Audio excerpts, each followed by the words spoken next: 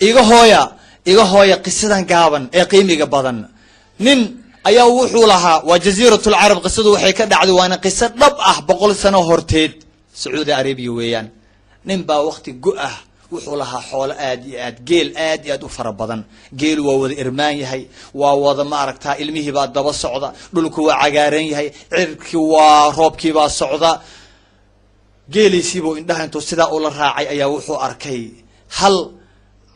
irmaan oo qurbici uu ma aragtaa uu nuugayo wuxuu soo xusuustay jaarkiisa oday jaarkiisa faqiir ah oo waayeel ah oo wiilal badan haysta maalina qada maalina quuta oo waxeela wuxuu qalbiga geliyay sidoo maanta u faraxsan yahay isaga inuu uga farxiyo hashi iyo qurbiceedii ayuu u geeyay albaabka u garaacay wuxuu yiri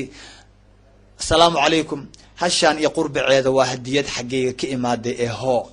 wuxuu leeyahay ninkii isaga ahaa mar allaaliyo markaan ku wareejiyay ee uu neefkii arkay farxadda wajigiisa soo fuushay uma malaysan kartid farxad qalbiga ka soo go'day weeyaan waaya kadib ayaa dhulkii abaar roobkii baa guray abaar baa timid ninkii xoolihii wuu qixiyay reebaadiyaha waa sidii inoo kale 100 sano horteedii ahayde waa meelaha roob kale iyo qoyaanku ku sii dambeeya la aadaya meeshii buu la aaday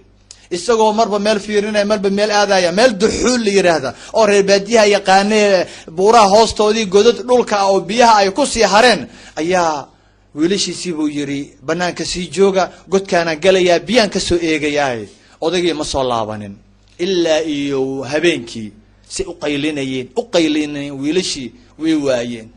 waxay yiraahdeen iska dhaadhiciyaan odagii waa dhintay xoolihii bay markii dambe ka haysteen waxay raali kama aanay ahayn waagii neefka hasha iyo qurbiceeda la siinayay aabaha uu sadaqeynay ee uu jaarka siinayay waxay dhaheen aabbo uu dhintay waxay ku tashadeen aabbo maadaama uu dhintay aanu ka soo qaadano ka soo cishano ninka hashi say uga soo cishana dib ma laho awr baan siinayna laakiin hashi way dhalaysaa waa ka soo cishanayna sidii bay yeelan way u tageen oo hashi soo celi awrkana qaado fiir maalintiin aabihina isiyeen ku soo celiya aabihina idin sheegay idinku dacweynaya odagii waa dhintay waqti hore hashi soo celi waaliyir waxaan ku siinayna malaha ninkii wuu naxay soo dhiman kara aabihin geeridu waa xaq laakiin ninka khayrka badan qalbiga fiican sida wax u sadaqaynaya يعني جيريديس ما بقرصون تبا سين أمغلي وين درسكو سو أمغلي وايي حجر إلهي بإذن كداريه أورنا إذن كمرة هش إن ركتي